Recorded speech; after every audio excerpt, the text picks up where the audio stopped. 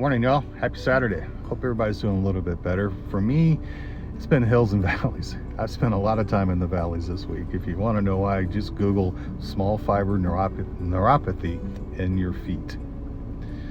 Anyway, one of the things that's put me on the mountaintops, though, is getting to help people find new care providers. I'm working with 3 people right now on a regular basis who are starting to search for new provider. These folks are mainly looking for new pain management doctors, but a lot of the steps that we take are applicable across chronic illnesses as well as mental health. And while I'm not an expert in all this stuff, I researched the crap out of this, mainly because I started this research for myself so I could get better care. And a lot of these things have helped others get better care. So that's what saved me this week.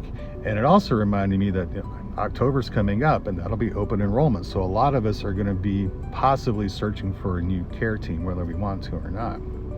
So what are some of the basics we need to do? Let's start talking about this, because I think a lot of us are going to end up in this situation and we need to be prepared as we do this.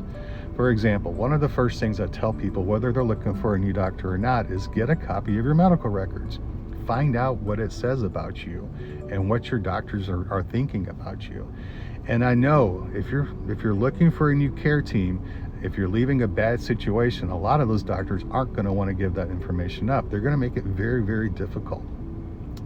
Like I'm working with one lady in here in Texas. The doctor she's leaving wants $200 to get a copy of her medical records. It's outrageous. What's a ream of paper cost for them to print out, right? Plus a toner cartridge. It's not $200. But anyway, what do? Now we can talk about ways possibly working through SSI to get to their civil rights division, to have them contact your doctor for you on your behalf, but that doesn't help the immediate need for those records.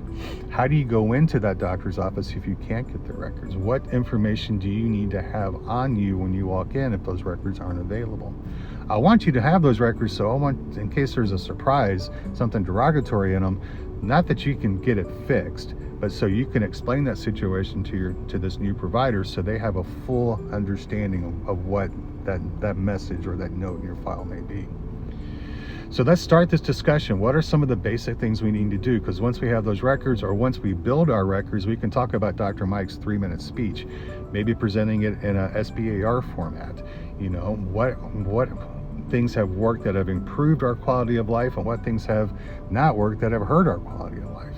Let's start this discussion so all of us can get better. Now, we may not get better doctors ourselves, and it sucks when we don't, but if we can offer a tidbit, a piece of advice, so someone else can get better care, isn't that a really close second?